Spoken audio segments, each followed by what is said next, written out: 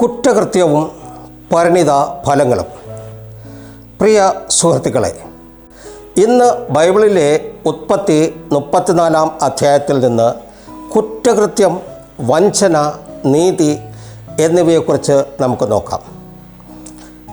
യാക്കോബിൻ്റെ മകൾ ദീന വിദേശയാത്രയ്ക്കിടെ ശേഖയം എന്ന യുവാവിനെ സമീപിച്ചു. എന്നാൽ ശേഖയം ദീനയോട് തെറ്റ് ചെയ്തു. ഈ സംഭവം കുടുംബത്തിൽ വളരെ വേദനയും കലഹവും വരുത്തിവെച്ചു. ശേഖേമും അവൻ്റെ പിതാവും യാക്കോബിൻ്റെ അടുക്കൽ വന്ന് ദീനയുടെ വിവാഹത്തിന് അപേക്ഷിച്ചു. എന്നാൽ ഇത് ഒരു വഞ്ചനാപരമായ തന്ത്രമായിരുന്നു. സ്വന്തം നേട്ടത്തിനായി മാത്രമേ അവർ സമ്മതം ആഗ്രഹിച്ചുള്ളൂ.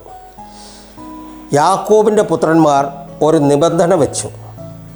ശേഖേമിലെ എല്ലാ പുരുഷന്മാരും അവൻ്റെ ജനങ്ങളും അവരുടെ മതവും ആചാരങ്ങളും പാലിക്കണം. ശേഖേമിനും അവൻ്റെ ജനങ്ങൾക്കും നിരസിക്കാൻ കഴിയില്ല.